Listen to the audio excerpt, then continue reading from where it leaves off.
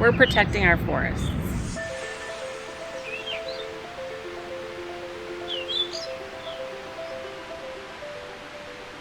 Because of this project, this is helping the Keweenaw Bay Indian community to provide sustainable management for all of our forests.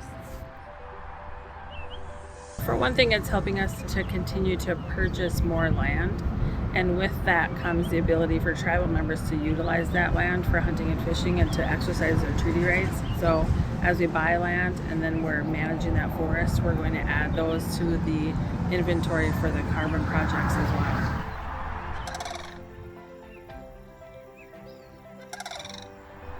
Well, I guess I really want to stress how this project has helped us to use allotted lands that normally we wouldn't be able to do anything with. And so the allotted lands that we own, that KBIC owns over 50%, we were able to put those on the inventory, and then we're able to use those in the project. Otherwise, because they're so fractionated, the land really just sits there and isn't useful. And so this is a really unique way to be able to utilize that.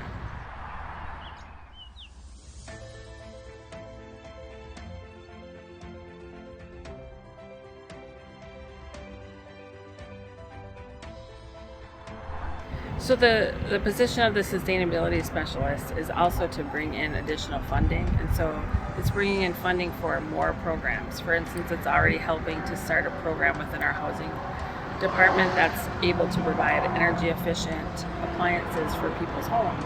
You know, that's a totally new program. Without Claire, we wouldn't have been able to get that program.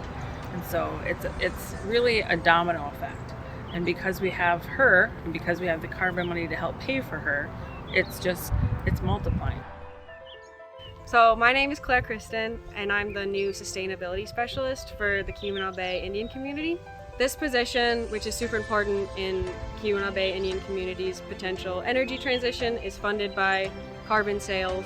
We haven't always been able to implement all the renewable energy projects that we want to implement. And so now that we have a person dedicated to a renewable energy transition, we can finally start implementing energy efficiency measures and solar arrays so that we can not only hopefully lower electricity bills for tribal members, but also reduce our greenhouse gas emissions. The main thing is that we're using this as a tool to get back our forests. We're using the money from the carbon credits. It goes right back into the acquisition of more land.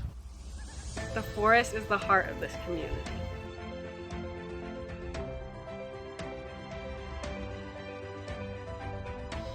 Forest management goals for the Keweenaw Bay Indian community are increasing species diversity, promoting species of cultural significance like paper birch, protecting water bodies and watersheds during forest harvesting, and promoting long-lived conifer species like white pine.